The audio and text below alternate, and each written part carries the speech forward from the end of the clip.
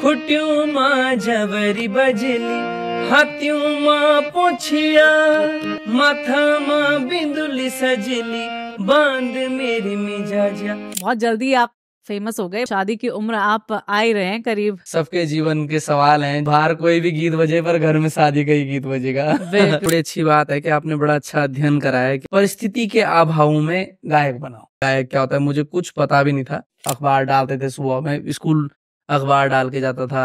Handsome नहीं दिखते इसीलिए मैं कभी ये रिस्क लेता भी नहीं हूँ। धरती को ना तू जुड़्यो च साथ मां, तुम्ही बोलकन के ओण दिल्ली साथ मां। जिस तरह से चीजें बदली हैं उसके बाद आपकी जिम्मेदारी और बढ़ गई है। बिल्कुल बिल्कुल बिल्कुल। गजल कोई ऐसे एक्सपेक्ट नहीं करता। एक वर्ग ऐसा होता है जिसको क्लास सुनना है। गुलाम अली जी की, जगजीत सिंह जी की गजलों को लगा देता था।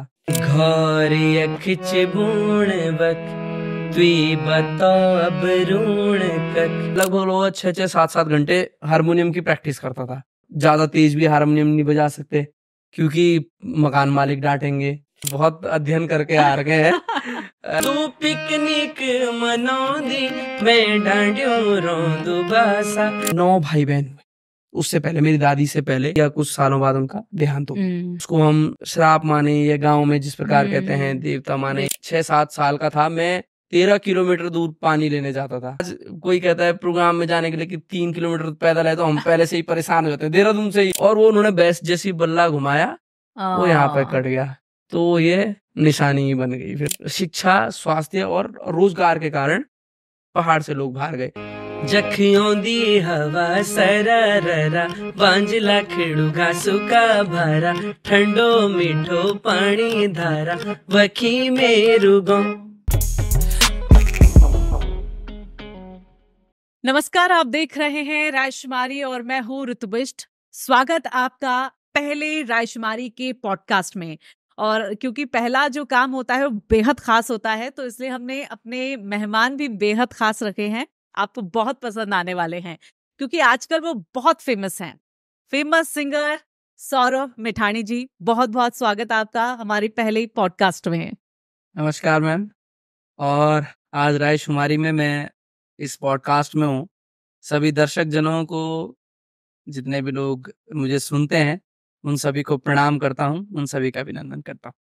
सौरभ जी, आपकी उम्र क्या है? सॉरी कि मैं पहले ही आपकी उम्र पूछ ले रही हूँ क्योंकि लोगों की एक कहना है कि बहुत जल्दी आप फेमस हो गए, बहुत जल्दी आपका चार्म आपके हाथ लग गया है। जी ऋतु जी, जो मेरी उम्र है वो भी 28 वर्ष है मात्र। ठीक है, यानी कि मतलब एक शादी की उम्र आप आ ही रहे हैं करीब। हाँ बिल्कुल, बस आप तो मान सकते चर्चाएं हैं। चल रही घर में आपके शादी की। लगा रहता है। तो ये तो सबके जीवन के सवाल हैं। जैसे इंसान 25 क्रॉस करेगा तो शादियों के बाहर कोई भी गीत बजे पर घर में शादी का ही गीत बजेगा। बिल्कुल बिल्कुल, यानी कि आपके संगीत को ताल मिलने वाली है जल्द। जी जी। चलिए ठीक है।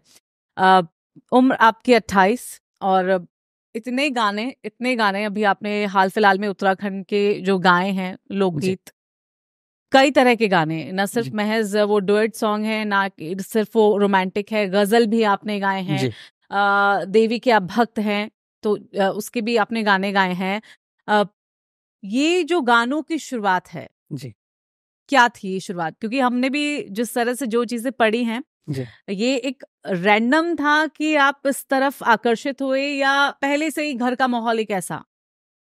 ऋतु जी, ये बड़ी अच्छी बात है कि आपने बड़ा अच्छा अध्ययन करा है कि आपको पता है मैंने गजल भी गाई है, भजन भी गाए हैं। सबसे पहले मेरा गीत जो आया था वो आया था खुटियो मज। लगभग 2016 के आसपास मैंने इसे रिकॉर्ड किया। अच्छा, घर से कोई ऐसा माहौल नहीं था। मैं तो एक सरल डेफिनेशन में कहूँ तो मैं परिस्थिति के अभावों में गायक बना। ना मेरा कोई इंटेंशन था या मेरा कोई एम था, कोई गोल था कि मैं गायक बनूं या गायक क्या होता है मुझे कुछ पता भी नहीं था। जब हम देहरादून आए 2002 में, और जब मैं स्कूल में 2007, 8, 9, 10 की बात है, जब मैं स्कूल में गाता था तो कभी कभी एनुअल फंक्शन में गा लिया करता था। उसमें भी पता चला है कि आपकी कोई इच्छा नहीं होती थी, बस आपको कहता कि बेटा गाओ। हाँ, मतलब पीछे बैठे रहते थे हम क्लास में, तो कभी जब फ्री पीरियड हुआ तो दोस्तों के साथ मिलके डेस्क पे जाके गा दिया, हाँ। या एनुअल फंक्शन होता था तो उस टाइम लोगों ने मुझे बहुत प्रोत्साहित किया।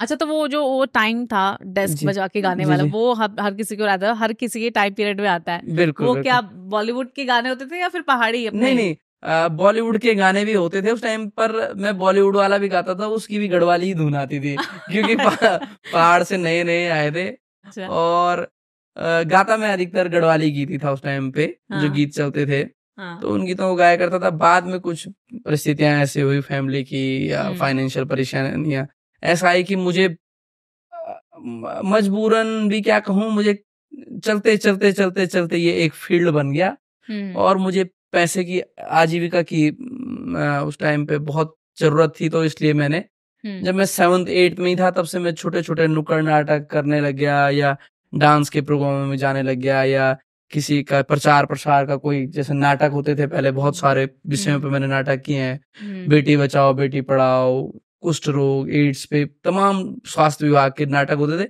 तो मैं टीमों के साथ जाने लगा धीरे-धीरे। आजीविका के लिए मैं हुँ। परिस्थिति के अभाव में, ये समझ लीजिए कि गायकी की ओर तो यानी कि आकर्षित हुआ। काफ़ी आपने थिएटर के जो जी, करे हैं, नाटक करे हैं। जी। तो मतलब ये जो चढ़ाई थी, ये नाटकों के ज़रिए ही हम के माने की शुरू हुई थी? मैम ऐसा है कि अगर इसकी गायन की बात आप करें, गायक बनने की, हुँ, तो इसका आप मान सकते हैं कि नुक्कड़ नाटक और डांस के एल्बमों से, सहगायन से इसमें मैंने शुरुआत करी। पर उससे पहले भी, मतलब मैं जब 7th में भी था, तो तब भी मैंने, मतलब बहुत सारे काम करे अपने घर की आजीविका चलाने के लिए, या अपने ही खर्चे उठाने के लिए, क्योंकि बचपन से मैंने कई बार अखबार, 3-4 साल तक अखबारों का काम भी किया, मतलब अखबार डालते थे सुबह में, स्कूल अखबार डाल के जाता था, या मैंने इस पेन को कॉल सेंटर से लेके, मतलब तमाम काम किए। फिर बाद में मुझे ऐसा लगा कि अ, आप ये समझ लीजिए कि भगवान की बड़ी कृपा रही हुँ, कि मैं गाता था और वो मेरा पैशन बन के, और बाद में वही मेरा करियर बन गया।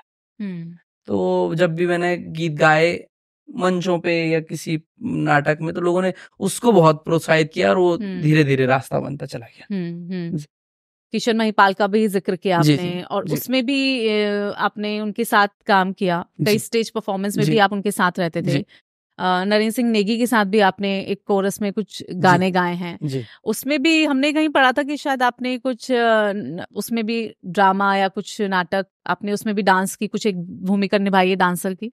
हाँ, मतलब कई एल्बमें हैं हुँ, आदरणीय प्रीतम बर्तवाण जी की, हुँ। या एक फ़िल्म आई थी अंजवाल, और तमाम एल्बम में जो नई-नई आती थी, उसमें मैं कोरस डांस में भी मैंने कई एल्बम अच्छा, में काम किया। मैं कोशिश करती कि मैं देख लूँ, सर्च कर लूँ, जी। मुझे मिले नहीं, तो गाने ज़रूर बताइएगा कि हम देख पाएँ पक्का, उन्हें। पक्का, मैं ज़रूर,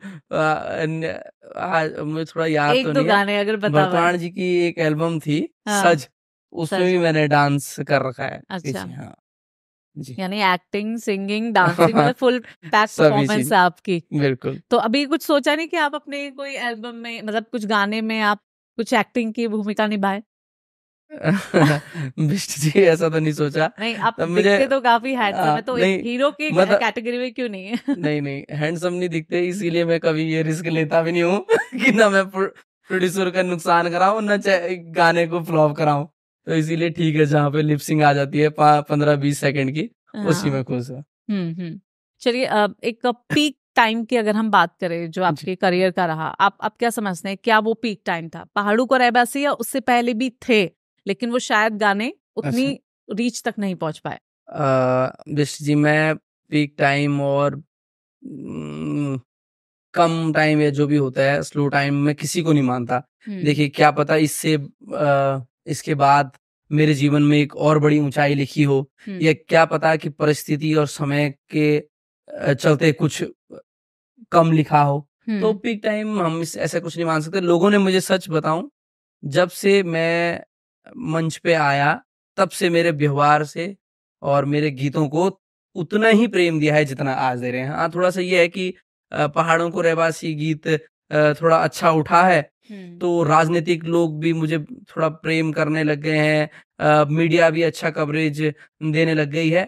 लोगों का थोड़ा प्यार अधिक बढ़ा है, पर लोगों ने मुझे, जब भी मैं किसी कार्यक्रम में गया हूँ, चाहे मेरे गीत थे चाहे नहीं थे, चाहे मैं दूसरों के गीत भी गाता था, मुझे तब भी लोग बहुत प्रेम देते थे। अच्छा, आप इसको किस तरह से लेते हैं? जैसे कि कहते हैं हर एक आर्टिस्ट का ना एक टाइम पीरियड आता है, जी तो आप ये मानते हैं कि जो असल में जो मेहनत कर रहा है, जो अच्छे जी अच्छे गाने हमेशा से बना रहा है, उसका टाइम चलता रहता है या नहीं, बस बिल्कुल एक लिमिटेड टाइम पीरियड होता है? बिल्कुल, देखिए ऐसा है कि हम यदि एक स्टार, जो कहते हैं लोग कि स्टार बन गया, वो किसी भी इंडस्ट्री का हो या किसी भी फील्ड में हो, हम्म उसका एक सीमित टाइम होता है।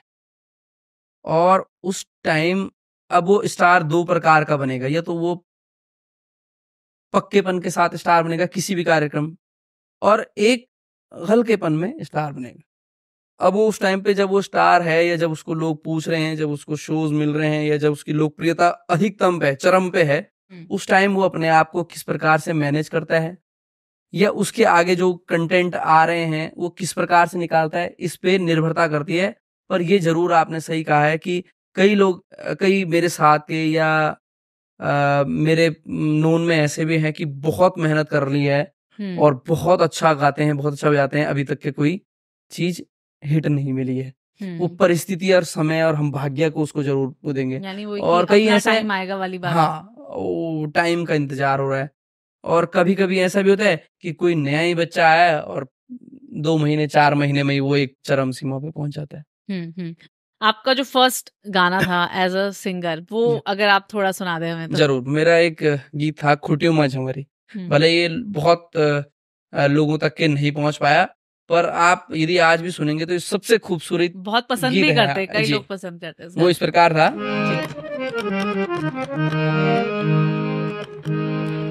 खुटियो माँ झंवरी बजली, हाथियों माँ पोछिया, खुटियो माँ झंवरी बजली, हाथियों माँ पोछिया, माथा माँ बिंदुली सजली, बांध मेरी मिजाजा, आज गैल बैठी जा बांध हो, मन का भेद तुम्हें मैं खोल दो, आज गौला भिटे जा बांध हो, मन का भेद तुम्हें मैं खोल दो। इस प्रकार का उस श्रृंगार रस पे गीत था। जी। ये जो गानों का सिलेक्शन होता है, जी क्योंकि हमने देखे जितने भी गाने हैं बहुत अच्छे हैं, बहुत अच्छे, जी। मतलब वो सुनने में ही अच्छे नहीं, वो एक महत्व को भी बताते हैं कि जी इसके पीछे का वजह क्या है, किस बिल्कुल। लिए है। जैसे पहाड़ों को रहबसी जी बहुत कुछ बता जी देता है। हम पहाड़ी, हम जो गढ़वाली कुमाऊनी है, इनको ही नहीं बताता, जी बल्कि जो देसी हैं वो भी सुन रहे हैं, वो भी समझ बिल्कुल रहे हैं उस बिल्कुल चीज समझ को। सकते हैं। ये सिलेक्शन जो होता है वो किस तरह का होता है आपका? बिष्ट जी, जब मैं नए नए गाने निकालता था पहले, आज से यदि मैं 2 ढाई 3 साल पहले की बात करूं, तो हम सच में इस बात को ज्यादा ध्यान नहीं देते थे कि किस प्रकार का कंटेंट होना है। गीत निकल जाता था और या तो उसे लोग प्रेम देते थे या तो कम प्रेम देते थे। पर इस टाइम की जो प्रेजेंट सिचुएशन है, इस टाइम जैसे मैंने पहाड़ों को रहवासी ही गीत निकाला, उसमें चाहे हमारे डायरेक्टर हों, चाहे हमारे लेखक हों, चाहे मैं हूं, सब ने उसमें गीत तो अच्छा था ही, गीत तो अच्छा गाया, गीत अच्छा लिखा गया, पर उसको सबसे पहले प्राथमिकता, उसको प्रायोरिटी ये दी गई कि पब्लिक इसको किस पर रिव्यू से ले, किस दृष्टिकोण से देखेगी। सरल से सरल धुन बनाई गई, सरल से सरल शब्द डाले गए और सरल से सरल वीडियो बनाया गया, ताकि ये सबको समझ आए और इसको ज्यादा हाइप मिल पाए, ज्यादा व्यूज मिल पाए। तो अब जो भी मैं गीत निकाल रहा हूँ, तो मैं इन पर 100 बार सोच रहा हूँ कि मेरे म्यूजिकल माइंड से तो ये बहुत अच्छी चीज है, पर जो सामान्य आदमी सुन रहा है, जिसको स्वर और ताल का ज्यादा ज्ञान नहीं है, उसको केवल शब्द और धुन सुननी है और उसे मनोरंजन करना है, तो उसके हिसाब से भी वो उतना सफिशिएंट और उतना सरल होना चाहिए ताकि वो उसको जल्दी से एक्सेप्ट करे। आपको लगता है कि हाल फिलहाल में जिस तरह से चीजें बदली हैं, उसके बाद आपकी जिम्मेदारी और बढ़ गई है अभी? बिल्कुल बिल्कुल बिल्कुल है ना? बिल्कुल। लेकिन अगर हम और गानों की बात करें, वो तो सुनने में हमें पता ही कैसे लगते हैं। गजल कोई ऐसे एक्सपेक्ट नहीं करता जी इस तरह से कि हाँ ऐसा भी कुछ हो सकता है, बिल्कुल बिल्कुल। लेकिन आपकी गजल को सुनना, और जैसे कि कई मंचों पर आपने गजलें जो गाई हैं अपनी, जी लोग जगजीत सिंह को याद करें, मतलब जी आप खुद समझ सकते हैं कि उनको बिल्कुल अगर कोई इस तरह से याद करा है आपका सुन के, बिल्कुल, तो बिल्कुल। वो एक अपने आप में बहुत बड़ी बात है। बिल्कुल सही कहा बिश जी। देखिए, हजार लाख करोड़ लोगों में से कुछ एक वर्ग ऐसा होता है जिसको क्लास सुनना है। क्लास बोले तो ऐसा नहीं है कि जो डीजे वाले सॉन्ग सुन रहे हो वो क्लास नहीं सुन सकते, और कुछ ऐसा वर्ग है कि जिसको पीसफुल सुनना है, या कुछ टाइम ऐसा है जीवन में जिस टाइम हम कुछ महत्वपूर्ण, जिसमें संगीत हो, शब्दों का महत्व हो, राइम्स हो, शेर हो, वो केवल गजल हो सकती है। और मैंने भी सोचा कि जैसे मैं आपको सच्ची बात बताता हूँ, ये मैंने आज तक कभी भी इंटरव्यू में नहीं कही, आज बात से बात आ गई कि जब मैं सीख रहा था, म्यूजिक सीख रहा था, तो मैं लगभग 6-6, 7-7 घंटे हारमोनियम की प्रैक्टिस करता था। और हम एक किराए के कमरे पे रहते थे उस टाइम पे, 2800-2900 हमारे किराए का कम वो होता था। और ज्यादा तेज भी हारमोनियम नहीं बजा सकते क्योंकि मकान मालिक डांटेंगे। मकान मालिक आ जाते थे, हमारे बच्चे पढ़ाई कर रहे हैं, हमारा ये कर रहे हैं, हमें डिस्टरबेंस हो रहा है। तो मैं हारमोनियम में जो वो होता है, तौलिया होता है, उसको 4 बार फोल्ड करके यहाँ पे लगा देता था हारमोनियम के, जहाँ से मतलब एयर आती है, ताकि आवाज ना आए। और मैं कमरा कर देता था बिल्कुल बंद की, ताकि से आसपास से लोग सुने भी तो अंदर ना आए, पता भी ना चले कि कहाँ संगीत बज रहा है। और मैं गुलाम अली जी की, जगजीत सिंह जी की गजलों को लगा देता था, और वो जो उसमें बजता था उसको बजाने की कोशिश करता था। तो गजल, वो तब से मेरे माइंड में गजल के प्रति बहुत करीबी प्रेम था। भले गजल बहुत कठिन होती है गाने में भी, क्योंकि उसमें स्वरों का, आपको छंद का, अलंकार का, मात्राओं को बड़ा ध्यान रखना होता है। अभी तक ऐसे कोई, हम पहाड़ों की बात करें तो ऐसे कोई सिंगर नहीं है जिसने अभी गजल को लेकर आगे किया है, 2-4 गायकों ने किया है, पर मतलब उस प्रकार से जो गजल को हाइप मिलनी चाहिए थी वो जल्दी से मिलती नहीं है। क्योंकि गजल, मैंने आपको कहा कि क्लास लोग सुनते हैं। क्लास बोले तो मतलब जिसको कुछ नया शोध करना हो म्यूजिक में, या वो नया कुछ सुनना चाहता हो, एक फ्लेवर सुनना चाहता हो, तो वही गजल है। और मैंने जिस प्रकार कहा कि समय भी क्या होता है कि जब हम ट्रेवलिंग कर रहे हैं कहीं और सुकून में हैं हम, तो हम उस टाइम डीजे वाले गीत नहीं सुन, तो उस टाइम थोड़ा सा मैं जरूर वो गजल भी सुनाता हूँ। और मधुसूदन थपलियाल जी ने ये गजल लिखी थी। इस गजल के पीछे की भी मैं कहानी आपको बताता हूँ। मेरे एक गुरुजी हैं, मधुसूदन थपलियाल जी, और मेरा बड़ा अच्छे, मतलब ये लगा लीजिए कि हमारे पिता तुल्य हैं, और मेरे बहुत अच्छे फ्रेंड भी हैं। जब भी मुझे कुछ उनके अपने जीवन में कोई सहायता चाहिए होगी, या कोई उनसे रिव्यू लेना है, या कुछ उनसे पूछ करनी है, कुछ सजेशन लेना है, तो मैं उनको याद करता हूँ। तो लॉकडाउन की बात ही, पहला वो चल रहा था, कोविड का टाइम, और कहीं भी आप सुनते थे तो हर दूसरा फोन ये होता था कि उसकी डेथ हो गई, उसकी डेथ हो गई, इसकी डेथ। तो उसको लेकर उन्होंने लिखा था कि इंसान पे दुनिया में सब कुछ है, धन है, दौलत है, गाड़ी, बंगला, सब चीज है, पर फिर भी हर इंसान अधूरा है। बिल्कुल। किसी के पास संपत्ति है तो स्वास्थ्य नहीं है, कोई अपने बच्चे से दूर है, कोई अपनी माँ से दूर है, कोई अपनी पत्नी से दूर है। तो लाइन थी गजल की कि घर यक्ष बूण वक्त, मतलब घर यहाँ है और बूण मतलब शहर वहां है। तू ही बता ऋण कख, मतलब तू ही बता रू जाके कहाँ रू, कि मैं चाह के भी तेरे पास नहीं आ सकता। और धागो वेगी जिंदगी, मतलब धागे के समान ये जीवन हो गया है, पर कुजानी शूण कख, पर ये पता ही नहीं है कि सुई कहाँ है। सुई के बिना धागे का कोई काम नहीं होता है। तो किस प्रकार की गजल थी।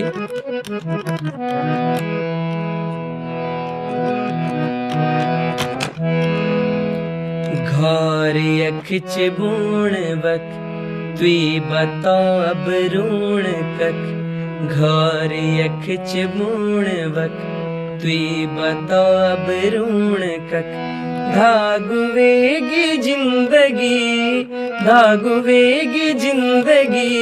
पर को जानी शूण कख, घर यख बूण वक तुई बता अब ऋण कख, घर यख बूण वक तुई बता अब ऋण कख,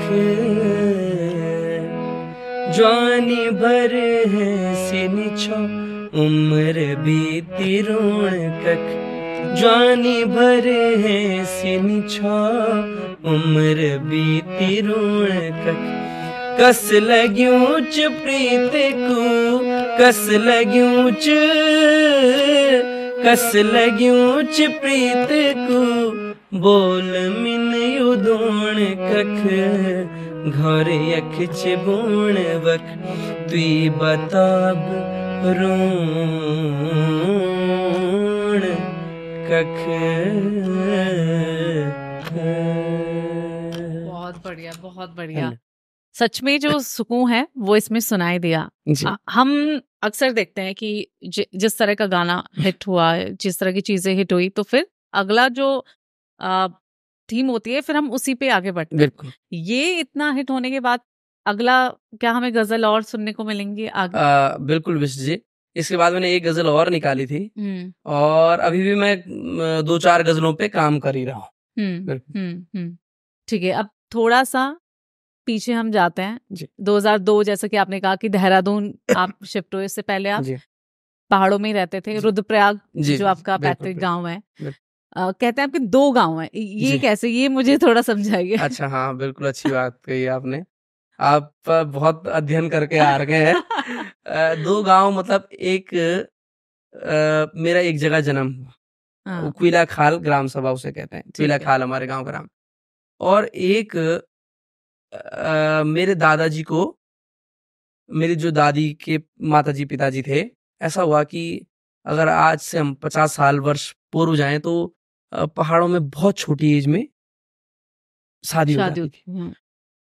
और मेरी जो दादी थी उनके 9 भाई बहन हुए उससे पहले, मेरी दादी से पहले, और 9 भाई बहन ही मतलब होते ही या कुछ सालों बाद उनका देहांत हो गया। मतलब कोई भी बच्चा नहीं बचा। अब उसको हम कुछ श्राप माने या गांव में जिस प्रकार कहते हैं देवता माने या कुछ ये भी हम साइंटिफिकली अगर देखें तो ये भी मान सकते हैं कि जब 10 और 12 साल की उम्र में जब जिस लड़की की शादी होगी और वो गर्भवती होगी तो किस प्रकार से उस बच्चे में एनर्जी होगी, या मैं इस पॉइंट व्यू से भी देख सकता हूँ। तो जब मेरी दादी ही केवल बची तो जो भी उम्र में मेरे को याद नहीं है, जो भी उम्र में उनकी शादी हुई होगी 12-13 साल की उम्र में, मुझे ऐसा लगता है। तो मेरी दादी के जो पिताजी माताजी थे उन्होंने कहा मेरे दादाजी को कि बेटा आपके भाग्य से अगर मेरी बिटिया आगे बच गई तो ये हम समझेंगे कि आप भगवान हैं और भगवान के साथ हमारी बिटिया की शादी हो रही है। और उन्होंने, मेरे दादाजी तो अनपढ़ थे और पर इतने सच्चे आदमी थे, इतने गांव के ऐसे आदमी थे, इतने जुबान वाले आदमी थे, या ऐसा वर्चस्व गांव में था कि बिना पढ़ाई लिखे के अंगूठा छाप थे। और पूरा जो रुद्रप्रयाग विश्वविद्यालय, संस्कृत विश्वविद्यालय, उसके जितने भी हिसाब किताब होते थे और जो भी शेरूल ब्राह्मण हैं हम, तो जो भी वहाँ प्रिंसिपल लोग होते थे और ब्राह्मण लोग होते थे, बच्चे होते थे, उनका भोजन मेरे दादाजी बिगाड़ते थे। और पूरे स्कूल की व्यवस्था, जो कॉलेज की व्यवस्था होती थी, रुद्रप्रयाग में संस्कृत महाविद्यालय होता था, उसकी व्यवस्था मेरे दादाजी के हाथों में होती थी। तो भगवान की दया से फिर मेरे दादी जी का विवाह हुआ और बिना बताए मेरी दादाजी को जितनी भी जमीन जायदाद थी दूसरे गांव की, वो दादी के माताजी पिताजी ने दादाजी के नाम कर दी। तो फिर अब वो जिम्मेदारी बन गई दादाजी की भी। तो तब जब दूसरे गांव भी जाते थे तो वहां की भी खेती थी हमारी और अपने गांव की भी खेती थी। तो तब कभी 4-6 महीने हम एक गांव में रहते थे, 4-6 महीने गांव में दूसरे गांव रहते। दूसरे गांव का नाम भी सेम भरदार है, वो भी भरदार पट्टी में आता है रुद्रप्रयाग में, उसका गांव का नाम सेम है। कुछ गांव की यादें जो आप शेयर करना चाहे, मतलब वो एक वक्त था, कैसे आप रहते थे, चीजें बहुत बदल गई हैं, अब शहरों में आप आ गए हैं, तो कुछ खलता है अभी? ऋतु जी, मुझे तो खलता नहीं है क्योंकि अब मेरा फील्ड ही गीत संगीत का बना, तो अब मुझे 20 दिन पहाड़ों में रहना पड़ता है। पर हाँ, जो बचपन की यादें हैं पहाड़ की, वो कभी भी कोई भूल नहीं सकता है। मतलब आज भी मुझे याद है जब मैं 6-7 साल का था, मैं 13 किलोमीटर दूर पानी लेने जाता था और जिस प्रकार से गांव में डुटियाल आप समझते हैं, नेपाली लोग जिस प्रकार से बांध के लाते हैं सर पे पानी, उस प्रकार से मैं 5-5 लीटर के 2 पीपे बोलते हैं जिसमें हम तेल भरते थे, गैलन। उसके पानी के गैलन भर के लाता था।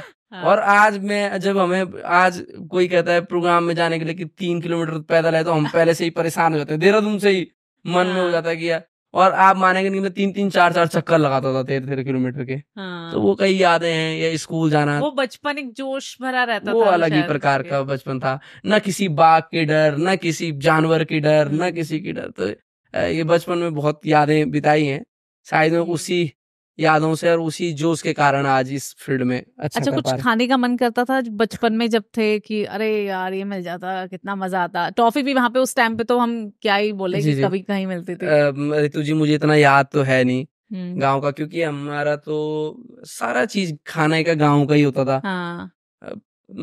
रुद्रप्रयाग हमारे गांव से 25-30 किलोमीटर दूर था, तो कभी चले गए 2-4 महीने में। दादाजी तो दादाजी ही लाते थे कुछ हाँ। खाने के लिए। हाँ। और हाँ, वो बड़ा पल होता था जब दादाजी बाजार से आते थे, तो 15 किलोमीटर दूर दिखती थी गाड़ी, मैक्स या विश्वनाथ सेवा की हाँ। जो गाड़ी आती थी। हाँ। तो आप ये लगा लीजिए 15 किलोमीटर पैदल का रास्ता हो गया 3-4 घंटा। तो हाँ। 3-4 घंटे से वो करनी है तैयारी, या 3-4 घंटे से पहले से इंतजार करना है कि दादाजी वहां पहुंच गए, वो गाड़ी वो पहुंच गई है, चाहे वो हाँ। गाड़ी में आ रहे हैं चाहे नहीं आ रहे हैं। एक और अंदाजा ये लगा रहे हैं। यादें हैं पहाड़ की। हाँ जी। ठीक है। ऐसा लगता है कि शायद आप शैतान भी बहुत होंगे, अगर जी। बता पाए तो ये चोट कैसे लगी, कुछ याद है इसकी? ऋतु जी, ये गांव में हमारे जो 18-20 साल के लड़के होते हैं, वो बैट बॉल खेल रहे थे। हाँ। भंडार होता है, चौक हाँ। गांव का सामूहिक केंद्र होता है जहाँ पे, और बैट बॉल खेल रहे थे। तो हमारे पंडित जी हैं एक, विजय भट्ट जी, उनका बेटा, बड़ा भाई लगता हमारा, जीती भट्ट, वो बैट खेल रहे थे। और बैट को स्ट्रोक के लिए गांव में कील लगाई जाती है साइड में, हाँ। ताकि शॉट अच्छा जाए। और मैं 2.5 साल या 2.25 साल का था, जहाँ पे कीपरिंग करते हैं उधर, वहां पे खेल ही रहा था, मतलब खेल रहा हूँ या शैतानी कर रहा हूँ, वो अब किसी भी दृष्टि से ले सकते हैं आप।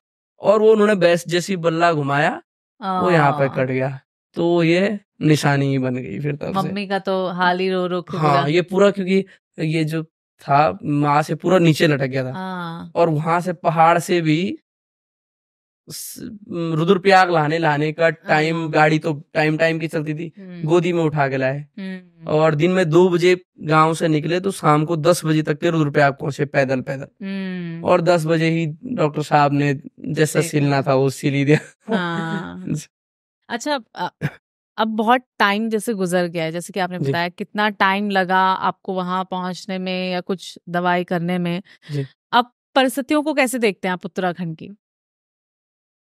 यदि अभी की वर्तमान की हम स्थितियां कहें, तो वर्तमान में तो बहुत अच्छी स्थितियां हो गई हैं पहाड़ों में भी, चाहे वो रोड की सुविधा की कहो, चाहे परिवहन की कहो, चाहे स्वास्थ्य की कहो। भले शिक्षा की थोड़ा सा ये हो गया है कि गांव के गांव खाली हो गए हैं, पर आज से हम 15-20 या 25 वर्ष पूर्व जाएं, तो इतने खूबसूरत पहाड़ जिनको स्वर्ग मानते हैं, और मैंने भी अभी तक के 7-8 देशों की यात्रा कर ली है, जितना पहाड़ हमारा खूबसूरत है, ये जितनी वेरिएशंस हमारे पहाड़ों में, चाहे वो पहाड़ों की हों, चाहे वहाँ के वनस्पतियों की हों, चाहे वहाँ के पेड़ पौधों की हों, चाहे वहाँ के कल्चर की हों, चाहे वहाँ के खान पान की हों, चाहे वहाँ के रहन सहन की हों, चाहे वहाँ की जड़ी बूटियों की हों, जो वेरिएशंस हैं और जो क्लास के वेरिएशंस हैं, वो वर्ल्ड में कहीं नहीं मिल सकते। मतलब आप अलग अलग गांव के रीजन में जाएंगे तो आपको अलग अलग प्रकार की संस्कृतियां मिलेंगी, अलग अलग प्रकार का पहनावा मिलेगा, मतलब इतने सारे रंग है। और आज जब पूरा पहाड़ पलायन होके दिल्ली, देहरादून, अन्य शहरों में बस गया, ये मैं जिस प्रकार से स्वास्थ्य की प्रॉब्लम बता रहा हूँ कि हमारा जो देहरादून आने का कारण था, वो हमारी माता जी की तबीयत खराब होना था, पेड़ से गिर गई थी और कमर में चोट लगी थी। तो पहाड़ में ऐसे हॉस्पिटल्स या डॉक्टर थे ही नहीं कि जहाँ इलाज हो पाए, तो उसके बहाने हमें देहरादून आना पड़ा। हम कोई देहरादून रहने नहीं आए थे। अब जब देहरादून आए गए, इलाज कराते कराते गए, यहीं स्कूल में डल गए, वो परिस्थिति बन गई। ऐसी पहाड़ में क्या हुआ, नई नई शादी हुई या किसी के पति कमाने के लिए दिल्ली चले गए, वो वहीं सेटल हो गए। क्योंकि पहाड़ में ये 3 चीजों के ही अभाव से मुझे लगता है, जो मेरे नॉलेज में है, शिक्षा, स्वास्थ्य और रोजगार के कारण पहाड़ से लोग बाहर गए और अभी भी जा रहे हैं कई जगह। तो मैं तो ये कह रहा हूँ कि सरकार तो अच्छा काम कर ही रही है, और सरकारों को, और जो सक्षम लोग भी हैं गांव के, हम सरकार को ही दोष नहीं दे सकते हैं, गांव के जो और सक्षम लोग भी हैं, जिनके अच्छे बिजनेस हैं या जो अच्छे प्रोफेशन में हैं, यदि वो अपना कुछ प्रतिशत भी अपना फंड निकाल के या फंड से ही अपने बिजनेस के एक जो फंड है उससे पहाड़ में भी कुछ चीज डेवलप करें, जहां से, जिससे कि 5, 10, 15, 20 लोगों को वहीं रोजगार मिल जाए। लेकिन अब देखिए ना, उनके बच्चे बाहर शिफ्ट हो गए हैं जी। बच्चे कहते हैं आप तो वहां आइए या फिर यहीं रहिए, तो पहाड़ जाने का ऐसा लगता है सवाल ही नहीं उठता। शायद वो सोचते हैं कि अब वहां जाके करें भी क्या, या तो फिर खेत भी बंजर हो गए या कुछ ऐसी तो कह रहा हूँ चीजें नहीं कि वो तो सोशल भावना, देखिए उस टाइम पे हमें व्यवसायिक भावना नहीं लानी है। जो लोग सक्षम हो गए, जो असक्षम है, वो तो पहाड़, हम कितनी भी कोशिश कर लें, हम कितने भी वायदे कर लें, या हम कितने भी वायदे गिला ले कि पहाड़ आ जाएंगे, ये कभी नहीं हो सकता। क्योंकि मैं अपना ही उदाहरण लूं, मैं भी, मुझे कई लोग कमेंट में लिखेंगे कि आप तो देहरादून देख के रह के ये लेक्चर दे रहे हैं, पर मैं क्या कह रहा हूँ आपको, क्योंकि मैंने देहरादून में व्यवस्थाएं बना दी हैं, देहरादून से मेरा काम चलता है, देहरादून में मैंने दुकान कर दी है, दुकान में मैं बैठता हूँ, तो मैं अपना यहाँ से रोजगार छोड़कर किस प्रकार से जाऊंगा, क्योंकि मैं अभी अक्षम हूँ। पर यदि किसी का, मेरा अगर देहरादून में बड़ा बिजनेस है या किसी का भी बिजनेस है, वो अपना, उसकी 5 लाख की कमाई है, मान लीजिए एक उदाहरण है, उसमें से वो 50,000 में भी कोई गांव में कोई भी योजना है जो सरकार ने ही करी है, उसी को आगे डेवलप कर दे। मतलब कई लोगों ने तो करे भी हैं, वो गाय भैंस पालने का हो, वहां लोगों को रखे, मतलब जो कर्मचारी हो, या वो फूल पत्ती हो, या सेब कीवी इस प्रकार के खेती कर सकते हैं, या पहाड़ों की दालों का, कूदा झंगोरा का कर सकते हैं, होम स्टे का, मतलब तमाम प्रकार की जो सरकार की योजनाएं हैं। अभी स्थिति ये भी है कि सरकार की योजनाएं तो हैं, पर उन योजनाओं को काम करने के लिए भी कोई नहीं है, क्योंकि जो गांव का नया बच्चा है, उसके माइंड में पहले से ही सेट है कि मैंने यहाँ से इतने पास करना है, 10 पास करना, और मैंने दिल्ली जाना है, 10 पास करना है, मैंने देहरादून जाना है, कि मेरे को 10-12 हजार की नौकरी मिल जाए। कुछ ना कुछ उनके मन में ये विश्वास तो जगाना पड़ेगा कि आप यहाँ अच्छा कर सकते हैं। कई जगह अच्छा हो रहा है, पर फिर भी उसके बाद हम बार जब लोगों को याद दिलाएंगे, तभी इस काम में सफलता है। बिल्कुल बिल्कुल, ये बहुत सही कही आपने। अब ये सरकारें तो अपना काम करती रहेंगी, बाकी क्योंकि आप आज से नहीं, काफी टाइम से जो है इसी क्षेत्र में हैं, अभी आपको ये जो इंडस्ट्री है हमारी कला को लेकर, संगीत को लेकर, हम पहाड़ की धरोहर ही हैं जो बचा रहे हैं, जैसे छोड़ा चाचरी की हम बात करते हैं, इसको हम संभाल ही रहे हैं। इसका आप भविष्य कैसे देखते हैं? अभी किस स्थिति पर पहाड़ का जो ये चल रहा है वो कहाँ तक पहुंचा है? क्या जरूरत है बेहतर करने की? देखिए मैम, इस पे मैं बड़े डिटेल में बात करता हूँ आपसे। देखिए, जैसे एक सिक्के के 2 पहलू होते हैं, वैसे ही हर बात के 2 पहलू होते हैं, और इस सवाल के भी मैं आपको 2 पहलू में जवाब दूंगा। अगर इस इंडस्ट्री का भविष्य देखें, जिस प्रकार अभी चल रहा है वर्तमान में, और जैसे पहले चला आ रहा है, तो उसके हिसाब से तो हम एक अगर पॉजिटिव वे से देखें तो बहुत अच्छा आने वाला है। बहुत अच्छा आने वाला कैसा है कि अभी यदि हम 10 साल पहले जाएं या 5 साल पहले जाएं, तो जो पहाड़ी युवा थे, मतलब लड़के लड़कियां, वो इतना महत्व कभी गीतों को नहीं देते थे, या अपने संस्कृति को नहीं देते थे, मतलब पता ही नहीं था। और जब से सोशल मीडिया आया, हर चीज का प्रचार प्रसार हुआ। बिल्कुल। मान लीजिए बाबा केदार बाबा में जितनी भीड़ इन 2-3 सालों में लगी है, उतनी आज से कभी पहले नहीं लगी, क्योंकि हम तो उसी जनपद के आते हैं। क्योंकि केदारनाथ का प्रचार प्रसार, चाहे वहाँ की फोटोज हों, चाहे वहाँ के रील्स हों, चाहे वहाँ के लोगों के माध्यम से प्रचार प्रसार किया, उसका एक बड़े स्केल पे पूरे वर्ल्ड में वो 1 सेकंड में तस्वीर पहुंच गई, या लोग उस चीज को सर्च करके ढूंढने लगे। ऐसे हमारे गीतों में हुआ। मतलब जब तक के कैसेट तक के सीमित थे हम, तो कैसेट इंसान लाया, उसने अपने घर में कैसेट चलाई और देखा, उसने भी देखा, 8-10 लोग उसके अगल बगल वालों ने देखा, वहीं तक के सीमित हो गए कैसे। बिल्कुल। पर अब सोशल मीडिया में देसी आदमी भी इस चीज को देख रहा है, अरब कंट्री का आदमी भी उसको देख रहा है, हाँ। वर्ल्ड के हर कोने में इंसान उसको देख सकता है, वो जो हाँ, जुड़ा है हाँ, सोशल मीडिया के माध्यम से। हाँ। ये तो हुआ पॉजिटिव वे। अगर इस दृष्टिकोण से देखें हम तो हम्म, बहुत अच्छा है। और दूसरे दृष्टिकोण से देखें तो एज अ मैं गायक बात कर रहा हूँ, मेरी अभी हमारे मित्र हैं सोहन चौहान जी, डायरेक्टर हैं, हम्म, तो वो बड़े, मैंने उनसे कहा, मैंने कहा यार हमारी इंडस्ट्री का भविष्य बहुत गर्दिश में है सोहन भाई, और मुझे तो ऐसा लग रहा है कि हमें 1-2 काम और जुटाने चाहिए अपने इस काम के साथ साथ। हम्म, आने वाले टाइम में यार हमारे गीत चलें या न चलें, या हमारा डायरेक्शन चले न चले। हाँ, तो वो बहुत पॉजिटिव आदमी है, और मेरे अधिकतर गीत और ये जो हिट गीत हैं, जी। क्रीम पाउडर हुआ, चाहे हमारा रहवासी पहाड़ों को हुआ, हाँ, वो सब उसने डायरेक्ट किया। तो वो हर चीज को बड़े दृष्टिकोण से देखता है भाई। तो उसने कहा भाई नहीं, हमारी तो इंडस्ट्री बहुत आगे जा रही है, क्योंकि अभी तो हमारी इंडस्ट्री बाल्यावस्था में है। ये जरूर भाई ने कहा, बाल्यावस्था में ये इंडस्ट्री है। तो मैंने कहा चलो ठीक है। तो फिर मैंने उसका तर्क का जवाब दिया। तर्क का जवाब ये दिया कि मैम सरकार तो अच्छा काम कर रही है, ठीक है, सरकार का भी कुछ नियम होते होंगे, कुछ फंड होता होगा। एक बच्चा यहाँ से डांस करने के लिए जाता है केदारनाथ, एक दिन उसका जाना लगता है, एक दिन उसका आना लगता है, एक दिन वो परफॉर्मेंस देता है, 4 दिन उसके अगर खर्च होते हैं, तो सरकार के माध्यम से जो संस्कृति विभाग से उसको पेमेंट मिलता है, वो मात्र 800 रुपए मिलता है। उसमें से भी टीडीएस करता है, वो 800 भी अभी 1 साल पहले ही पारित हुआ है। तो अब आप ये बताइए कि 800 में वो क्या सर्वाइव कर पाएगा वो आर्ट? कितने प्रोग्राम वो कर लेगा? ये मैं गायक ही कहता हूँ, हमारे गायक एक गीत पे 2, ढाई, 3 लाख रुपए का खर्चा आ रहा है वीडियो का। ठीक है, अभी हम चल रहे हैं, लोग हमें प्रोत्साहित कर रहे हैं। पर आप ये देखिए ना कि जो अच्छा गाता है उसका गीत नहीं चल रहा, 2.5-3 लाख रुपए वो गीत पे लगा रहा है, उसका गीत नहीं, तब भी नहीं चल पा रहा, न स्टेज प्रोग्राम मिल रहा है। वाह-वाह तो सब कर देंगे। बिल्कुल। किसी के सामने किसी को फ्री में हमने गीत सुना दिया, किसी का 1 घंटे का एंटरटेनमेंट कर दिया, तो वाह-वाह तो दुनिया कहेगी। दुनिया ने तो वाह-वाह कहना ही है। पर हमारा क्षेत्रफल बहुत छोटा है। क्षेत्रफल बोले तो 1.25 करोड़ हमारी जनता है, उसमें से 50 लाख आप गढ़वाल के ले लो, 50 लाख कुमाऊं के ले लो, 25 लाख लगभग लोग जौनसार के ले लो।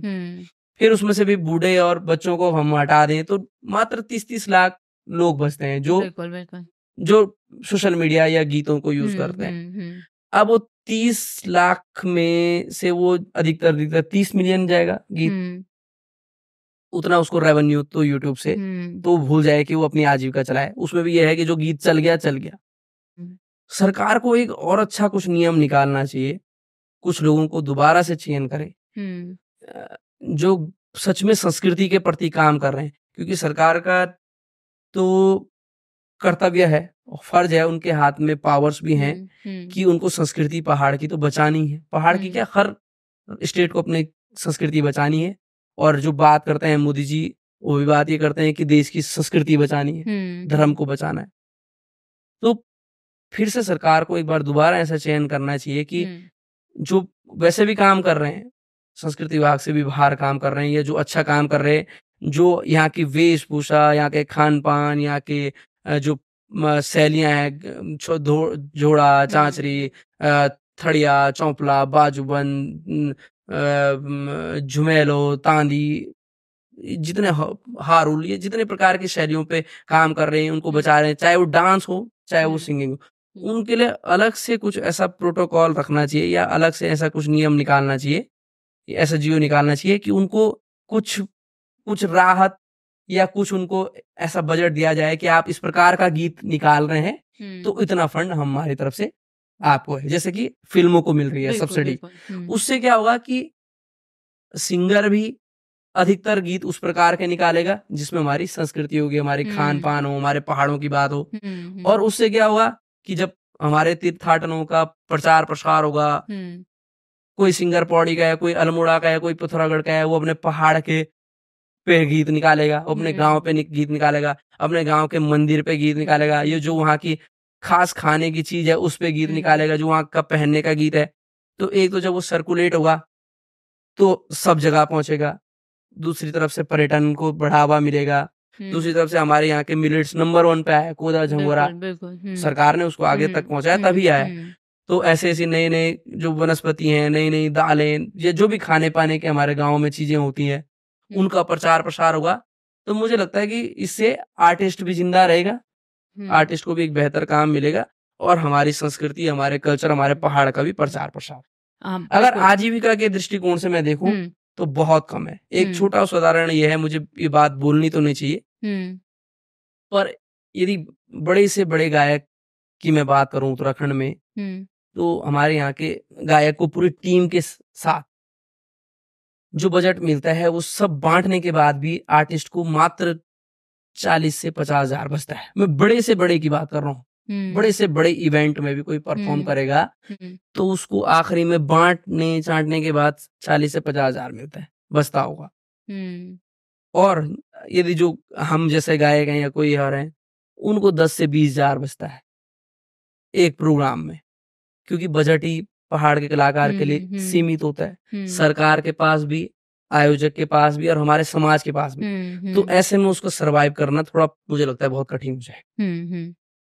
बिल्कुल, ये एक अलग फॉर्मा रहा जो चीजें थी। एक कोक स्टूडियो का जिक्र मैं करना चाहूंगी, ये इसको आप कैसे देखते हैं? कोक स्टूडियो का उस गाने को लेकर भी पूरा जो पिक्चराइजेशन चीजें हुई, और एक पहाड़ के नजरिए से। मैम उसमें भी पॉजिटिव बिंदु पे ही मैं जाऊंगा। देखिए वहां पे कमला देवी जी के साथ मैंने परफॉर्मेंस दी है, दिल्ली में ही मैंने काफी बार परफॉर्मेंस दी है। वो बहुत अच्छा गाती हैं पहाड़ों में। उनके दृष्टिकोण से एक पहाड़ की महिला इतने बड़े प्लेटफॉर्म पे गई, उन्होंने इतने बड़े आर्टिस्ट के साथ परफॉर्म किया, तो ये पहाड़ के लिए बहुत अच्छी बात है। हाँ, पर इसके बाद कोक स्टूडियो की तरफ से मैं ये कहना चाहूंगा कि यदि उनको सच में अच्छा लगा और उनका चैनल या उनके कंटेंट को उत्तराखंड में भी इतना पसंद किया गया, तो कोक स्टूडियो की भी या जो उनका व्यवस्था बनाते हैं, जो उनका मैनेजिंग करते हैं, उनकी भी प्राथमिकता और उनकी भी प्रायोरिटी बननी चाहिए कि अगर सच में उन्होंने अपने स्वार्थ के लिए नहीं ये किया होगा, तो उनको फिर 4-4, 6-6, 2-2, 4-4 महीने में फिर से और आर्टिस्टों को भी उत्तराखंड से या कमला देवी जी से ही या दिग्विजय भाई से ही परिचय करके, उनसे संवाद करके और आर्टिस्टों को लाना चाहिए कि उससे पहाड़ के आर्टिस्ट और फेमस हो पाए और पहाड़ को भी एक नया वो पहचान मिल पाए। बिल्कुल बिल्कुल। एक ये चीज मैंने देखी है, जैसे कि आपने कहा सोशल मीडिया जब से आया है बहुत चेंजेस हुए हैं। इसको हम यूथ के नजरिए से कैसे देखते हैं? क्योंकि मैं जिस तरह से इस चीज को देखती हूँ, इंस्टा पे वीडियोस डालना वगैरह वगैरह, चाहे आपको उस भाषा का ज्ञान ना हो, वो भाषा समझ में ना आती हो, पर आप उस भाषा के गीत को गुनगुना रहे हैं, है ना? आपने उस खाने को खाया नहीं है, कभी शायद थाली सरका दी होगी, लेकिन वो देख रहे हैं, वो बन रहा है, बहुत अच्छा लग रहा है, तो मम्मी क्यों ना आज ये बनाओ, ये क्या है? मतलब हम अपने उत्तराखंड के बच्चों को हैशटैग हम पहाड़ी गर्ल, पहाड़ी बॉय, मैं पहाड़न ये लिखते हैं, लेकिन एक्चुअल जो पहाड़ है वो नहीं समझ पा रहे हैं। जी, ये बात आप बिल्कुल सही कह रहे हैं, क्योंकि जो इंसान है वो इस दौड़ भाग की जिंदगी में जल्दी में है। अब उसको जल्दी जल्दी सब देखना है, जल्दी जल्दी सब करना है। कुछ दिन के लिए तो हम पिकनिक के तौर पे अगर पहाड़ में जाएं तो हमें बहुत खूबसूरत लगेगा, और जाते भी हैं हम है ही पहाड़ी सब, और दिल्ली बम्बई वाले टूर बनाते हैं 10-15 दिन के लिए पहाड़ में। पर उस पहाड़ की विषम परिस्थिति को अगर हम समझ पाए कि जो चीज हमने कोदा खाया या जो भी हमने वहां का चीज खाई या जो चीज हमने बनाई, उस पानी को ही लाने के लिए आपको 15 किलोमीटर पैदल चलना है। तो इस व्यवस्थाओं को तो पहाड़ के प्रतिनिधि बना सकते हैं, ये सरकारी इस पे काम कर सकते हैं। वो आपने सही कहा कि सोशल मीडिया पे हमको जो डाल रहा है कंटेंट, वो तो अपने बिजनेस के लिए कर रहा है कि ठीक है मेरे पे अधिक से अधिक। नहीं, आप इसको इस तरह से देखते हैं कि शायद अब जो यूथ है वो कनेक्ट कर रहा है पहाड़ से, वो पहले नहीं इतना था। पहले जब सोशल मीडिया नहीं था, सही कहा, तो इंसान उतना महत्व देता भी नहीं था, पर जब उसको बहुत अच्छे खूबसूरत से सोशल मीडिया के माध्यम से परोसा गया है, तो अब वो उसके प्रति आकर्षित हो रहा है। बिल्कुल, वो कहीं ना कहीं गुनगुना रहा है, उनको एब्जॉर्ब कर रहा है चीजों को। गाँव शायद कभी गया भी ना हो, वो अब शायद एक मन में चाह होती है कि वो वहां जरूर जाए। ठीक है, अब आपका तो बैकग्राउंड हमें पता ही चल गया, बट एक चीज ये भी पता चली है, आपकी जो माता जी हैं वो भी बहुत अच्छा गाती हैं, बहुत ही सुरीली हैं, मिठास, और जो कहते हैं ना कि गीत से समा को बांध देना, वो उनमें है। तो शायद वो एक आपके उसमें जो आया है वो शायद उन्हीं से आया है। हाँ, बिल्कुल बोल सकते हैं आप, ये बोल सकते हैं कि यही बात है कि जीन्स में माता जी से ही मुझे आया है। और माता जी बड़ा अच्छा गाती हैं, जब कीर्तन भजन होते हैं या गांव में कोई मांगल गीतों के कार्यक्रम होते थे, तो मम्मी अच्छा गाती है। और एक आपके लिए वो भी चीज कि आप बहुत अच्छा जो है काम कर रहे हैं, न सिर्फ म्यूजिक इंडस्ट्री को लेकर, आगे अपनी जो रीति रिवाज और संस्कृति को लेकर है, जैसा कि आपने एक मांगल टीम बनाई है, उसके बारे में भी हम थोड़ा जानना चाहेंगे। मैम, ये मैंने अपने सोशल थॉट से बनाई है। सोशल थॉट से इसलिए बनाई है कि यदि मुझसे कोई 40 साल 50 साल बाद पूछे कि आपने गायक होने के नाते पैसा कमाया, शोज कराया, लोगों की लोकप्रियता को बटोरा, फैंस की खुशियों को बटोरा, पर आपने क्या ऐसा काम किया कि आपने इस संस्कृति को जिंदा रखने में एक अलग सा योगदान दिया हो। हम अपने गीतों के माध्यम से संस्कृति को संरक्षण तो कर ही रहे हैं, पर मैंने एक अलग ही चीज अपने थॉट लिया है, प्रोसेस लिया है कि जो भी वैवाहिक कार्यक्रम होंगे या जो भी कोई शुभ कार्य होंगे, चाहे मुंडन का कार्यक्रम हो या जो भी फंक्शंस होते हैं, उसमें मैं अपनी टीम को मांगल गीतों के साथ लेके जाता हूँ। इसका एक सीमित बजट होता है जो कि हर कोई अफोर्ड भी कर लेता है, पार्टी। और इसके पीछे मेरा एक थॉट ये है कि जब हम किसी कार्यक्रम में जाते हैं, 7-8 लोग सज धज के जाते हैं, गढ़वाली वेशभूषाओं में लड़कियां रहती हैं, गढ़वाली वेशभूषा में लड़के रहते हैं, और जो हम गाते हैं वो पौराणिक चीजें, दे दियावा, ये वो, तो पार्टी तो कुछ लोग संस्कृति को अपनी याद करने के लिए करा रहे हैं, पर कुछ जो हमारे ब्राइडल्स होते हैं या लड़के लड़की होते हैं, वो इसलिए भी कराते हैं कि एक खूबसूरत दिखता है, रौनक आ जाती है कार्यक्रम में, 3-4 घंटे फोटोग्राफी के लिए भी बढ़िया हो जाता है और म्यूजिकल इवेंट बन जाता है। पर इसके पीछे की सोच मेरी ये है कि जो उस फंक्शन में 100-200 लोग उस टाइम शामिल हुए हैं कार्यक्रम में, उसमें कई बच्चे होते हैं, बड़े खूबसूरत सज के आ रहे हैं बच्चे, अपने येलो ड्रेस पहन लिया, और वो बड़े गौर से देख रहे होते हैं कि ये क्या गा रहे हैं, जो लड़कियां गा रही हैं, ये इन्होंने क्या पहना है, क्योंकि पोंछ ये है, ये है झंवर, ये है मांग टिक्का है, गुलाबंद है, जो एम है वो आपको खुद होता हुआ दिखता है वहाँ पे। गुलाबंद है, आंगड़ी है, पिछोड़ी है, सब चीज पहन रखा है। तो मुझे लगता है कि उन 100 लोगों में से 50 बच्चे भी अगर घर में जाके क्वेश्चन करते होंगे अपने माता पिता, अपने दादा दादी, अपने परिजनों से कि मम्मी वो जो गा रहे थे वो क्या है, ये जो दीदी लोगों ने ड्रेसअप पहन रखा था वो क्या है, ये वो जो आभूषण ज्वेलरी पहन रखी थी वो क्या है। और यदि उन 50 लोगों में से 25 लोगों ने भी अपने बाल बच्चों को बताया है, तो मुझे जरूर लगता है कि एक इवेंट से 25 बच्चों को तो पता चल रहा है कि हमारे पुराने मांगल गीत क्या थे, या हमारी वेशभूषा क्या थी, या जब शादी होती तो हम किस प्रकार से गाते थे, किस प्रकार से बांध देते थे, इनका क्या महत्व है। तो ये कहीं ना कहीं डीपली संस्कृति का संरक्षण। थोड़ा सा अगर मांगल गीत हो जाए और थोड़ा अगर उसका मतलब भी आप बता दे। बिल्कुल, मैं कुछ मांगल गीत आपको सुनाता हूँ।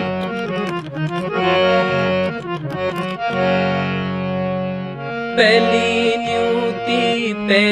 न्यूति वेद मुखी बरमा, पहली न्यूति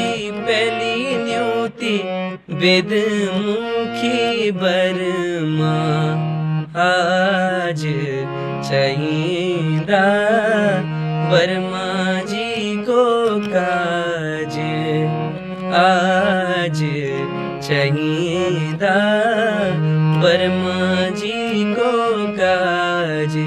कि जो पहला इनविटेशन है हमारा, जो हमने पहला न्योता है, वो ब्रह्म स्वरूप ब्रह्मा भगवान जी के स्वरूप ब्राह्मण देव को हमने इनविटेशन दिया है, और आपका कार्य मतलब आपका कार्य की हमें जरूरत है, आपके आशीर्वाद की हमें जरूरत है। इसी प्रकार मतलब अलग अलग टाइम अलग अलग मांगल गीत गाए जाते हैं। मान लीजिए जब बारात आ रही है उस टाइम गाया जाता है कि चौरथ रथ चढ़ी को देवायनी, चौरथ रथ चढ़ी को देवायनी गे। अब उसका उत्तर दिया जा रहा है कि महादेव या भगवान राम जी के स्वरूप भंडारण को माना गया। भंडारण मतलब दूल्हा, कि चौरथ रथ चढ़ी माँ देवयनी, माँ देवयनी पार्वती बिवोणो है, कि महादेव जी आए हैं पार्वती को ब्याने के लिए, पार्वती को लेने के लिए। और जो ये मांगल गीत भी शुरू है, जितना मैंने अध्ययन करा है, शांति बिंजोला जी ने एक बहुत अच्छी किताब लिखी है मांगल गीतों पे।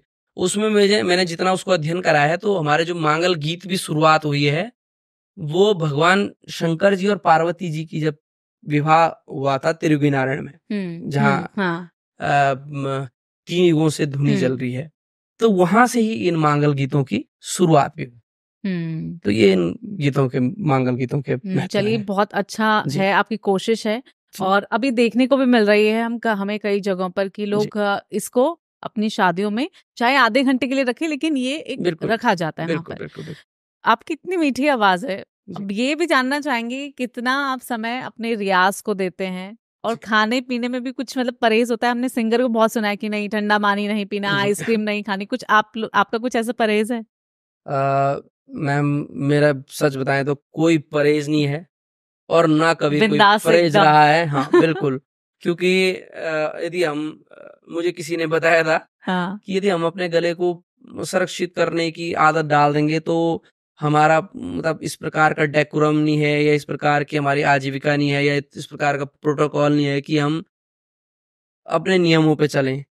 हमें पहाड़ों में जाना होता है, पहाड़ के दुर्गम क्षेत्र में जाना होता है, वहाँ कोई बहुत अच्छी साउंड नहीं मिलेगी, बहुत अच्छा मौसम नहीं मिलेगा, कभी ठंड होगी, कभी गर्मी है, अभी जयपुर है, अभी दिल्ली है, तो हमें बिंदास होते हैं, बिंदास खाते पीते हैं, ना कोई चीज का परहेज है। और रियाज के लिए भी जब मैं सीख रहा था म्यूजिक, उस टाइम मैंने रियाज किया है, और अब इस प्रकार का परिस्थिति हो गई है घर परिवार चलाने के लिए कि अब सच में समय नहीं मिल पाता है। जो स्टेज पे गा रहे हैं वही रियाज हो जाता है, या जो मैं बच्चों को सिखाता हूँ वही रियाज माना जाता है। सच्चाई बात ये है। अच्छा, ठीक है। अब खाने में आपको क्या पसंद है? अगर आपको सर्व करे कभी आने वाले टाइम में आपके साथ लंच या डिनर प्लान हो, तो हम पहले से मेन्यू डिसाइड कर लें। ये बात आप सही कह रहे हैं, पर मैं ऐसे क्या कुछ आपको खास बताऊं? कुछ पहाड़ी या गढ़वाली, कुछ उसमें क्या पसंद है आपको ज्यादा, कि माँ के हाथ का यार ये मिल जाता है तो मैं थक हार के आता हूँ ना अपने कॉन्सर्ट से, तो मेरे को मजा आ जाता है बस। ऐसा तो कुछ खास नहीं है, तो हमारे घर में तो कोई बताते भी नहीं है कि क्या बना है क्या नहीं बना है। खाना है जी तो खाओ, नहीं खाना है तो जाओ। पर यह है कि चौसा भात या फाणू भात जो हमारे गांव में बनता है वो मुझे बहुत पसंद है। अच्छा, चलिए, अब बहुत फेमस गाना पहाड़ों को रहबासी और ऊंचा नीचा सैंडल पहनो, वो भी थोड़ा सुना दे। मैं जरूर सुनाता हूँ।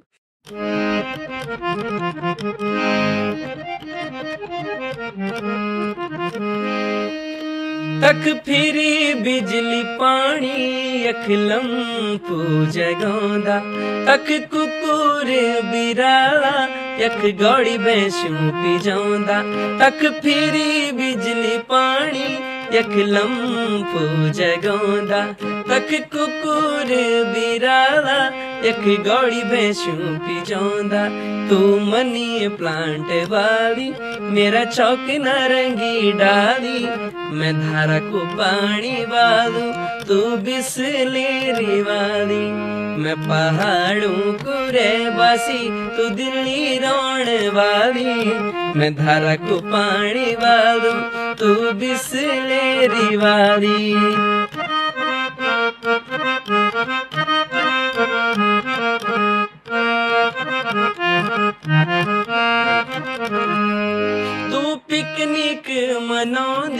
मैं डांडियों रोंदू बासा, तू डिस्को डांस कर दी, मैं लादो गोंडिया रासा, मैं गाड़ गदेरो नहीं ओलू, तू स्विमिंग पूल जाली, मैं धारा को पानी वालू, तू बिस्लेरी वाली, मैं पहाड़ों को रेबासी, तू दिल्ली रोने वाली, मैं धारा को पानी वालू, तू बिस्लेरी वाली।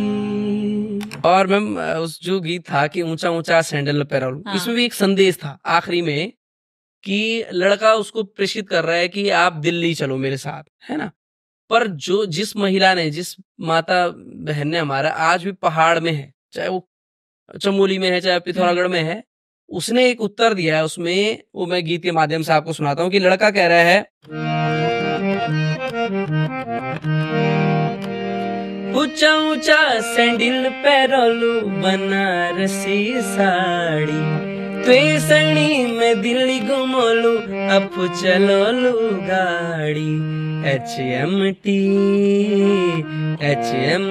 घड़ी पैरोलू, तेरा हाथ माँ, मेरी प्यारी निर्मला चल दिल्ली साथ माँ। लड़की कह रही है कि नीचेंदा तुम्हारा सैंडल, नीचेंदी तुम्हारी साड़ी, नीचेंदा तुम्हारा सैंडल, नीचेंदी तुम्हारी साड़ी, पराणु सी प्यारी छन ये बाड़ी सगाड़ी, धरती को ना तू जुड़्यो च साथ माँ, तुम्ही बोला कन के ओण दिल्ली साथ माँ। फिर लड़का लालच दे रहा है उसको कि त्वे सणी होटल ली जालू, भलू भलू खानो खिलौलू, कुतुब मीनार त्वे घुमोलू, चिड़िया घर भी त्वे घुमोलू, पिक्चर देखी की ओला, सिनेमा देखी की ओला, आधी रात माँ,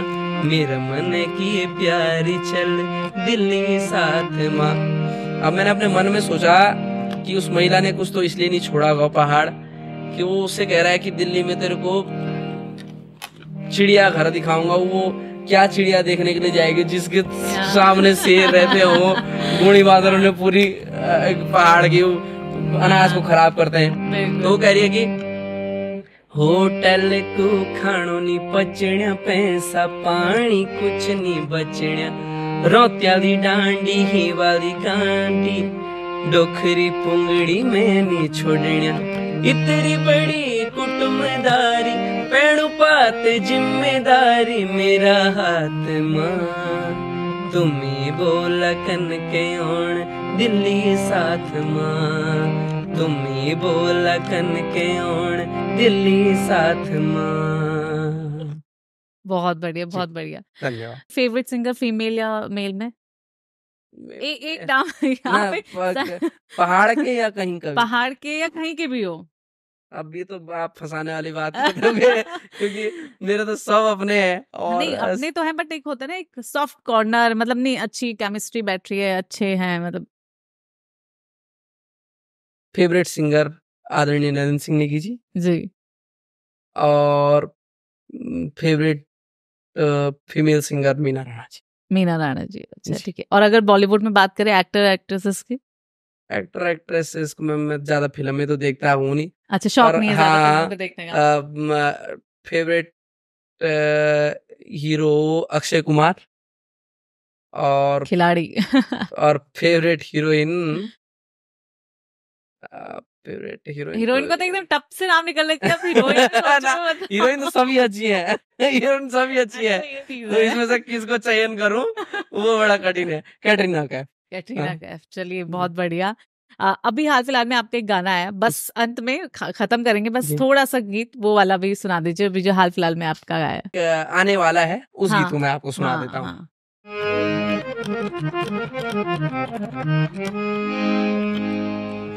जखियों दी हवा सरररा, बांजला खेड़ू घासू का भारा, ठंडो मीठो पानी धारा, वखी मेरू गो जखियों दी हवा सरारा बांझला खिड़ूगा सुका भारा ठंडो मीठो पानी धारा वखी मेरू गो हो जख बदरी के दारा वखी मेरू गो गढ़ कुमो जौन सारा वखी मेरू गो हो जख शंभु भोलेनाथ वखी मेरू गो हो जख गढ़ कुमो जौन सारा वखी मेरू गो।